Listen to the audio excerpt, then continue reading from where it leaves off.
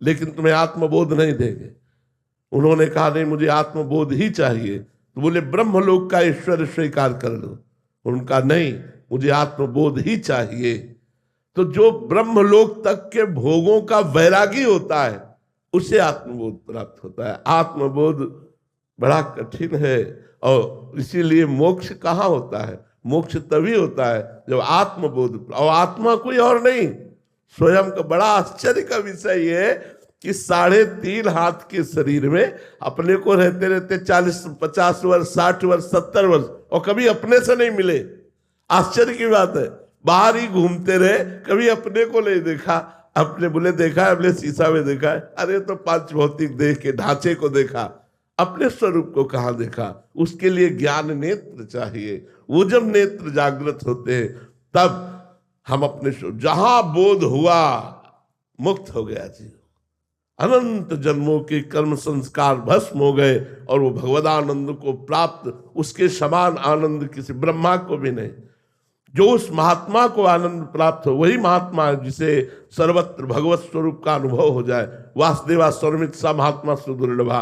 महात्मा केवल वेश को नहीं कहते, महात्मा स्थिति को कहते हैं। जो आत्मस्वरूप को प्राप्त हो गया वही महात्मा। वो महात्मा जो आनंद लाभ करता है वो ब्रह्मा जी को भी नहीं है। इसलिए भाई, कौन है जो आत्मस्वरूप का बोध प्राप्त करना चाहता है? कोई बिरला है, नहीं तो मनोरंजन वाटिका माया फेंक देती है, हम उसी में लग जाते हैं। बोध प्राप्त करने के लिए कौन चलता है? जहां चला रुपया, पैसा, मान, प्रतिष्ठा, ये वो, बस इसी में पूरा जीवन व्यतीत हो गया, और इससे वैरागी होकर आत्मबोध होता है और उसी में वो फंस गया। तो कहां से, तो आत्मबोध का कहां से चिंतन रह जाएगा? वो तो चिंतन रुपये का हो गया, चिंतन स्त्री का हो गया, चिंतन भोगों का हो गया, चिंतन मान प्रतिष्ठा का हो गया। इसके त्यागी को आत्मबोध प्राप्त होता। महाराज जी, आत्मबोध संपन्न महापुरुष के लक्षण क्या है?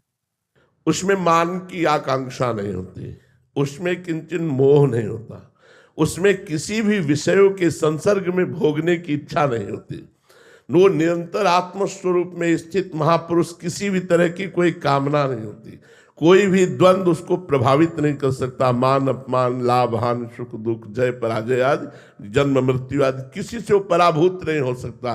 वो सुख दुख में समान बुद्धि रखने वाला परम पद का अधिकारी व्यक्ति है जो महापुरुष कहा जाता है। निर्माण अमोहा जित संग दोषा अध्यात्म नित्या विनिवृत्त कामा द्वंद्वैर विमुक्ता सुख दुख संगई गच्छन्त मूढ़ा पदमभ्यम तत्। वो परम पद का अधिकारी महापुरुष इस स्थिति को प्राप्त हो जाता है। निर्माण, मान की किंचन मात्र भी कोई इच्छा नहीं और कोई प्रभाव भी नहीं मान का।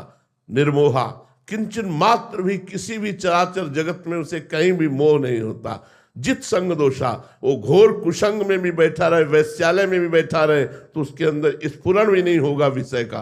वो घोर विषयों के बीच में बैठा हुआ भी निर्विषय निर्लिप्त रहेगा, जैसे जल में कमल का फूल रहता है। कोई भी चिंतन बाहरी नहीं, निरंतर वो अपने स्वरूप में स्थित। अध्यात्म नित्या और विनिवृत्त कामा, समस्त कामनाएं जिसकी शांत हो चुकी है, और जो सुख दुख में समान भाव रखने वाला है, और द्वंद्व विमुक्ता, जो द्वंद्वों से मुक्त है, वो परम पद का अधिकारी। अरे जी, ये तो सब आंतरिक स्थितियां हैं, तो एक सामान्य जन इसीलिए तो पहचाने नहीं जा सकता कि आत्मबोध किसे प्राप्त है। आत्मबोध में कोई मुकुट या सींग तो नहीं लग जाते, वो तो आंतरिक स्थिति होती है। इसीलिए आंतरिक स्थिति के महापुरुष को आंतरिक स्थिति वाला ही पहचान सकता है। जैसे उड़िया बाबा जी महाराज जब गंगा स्नान करके और एक आश्रम की तरफ चले,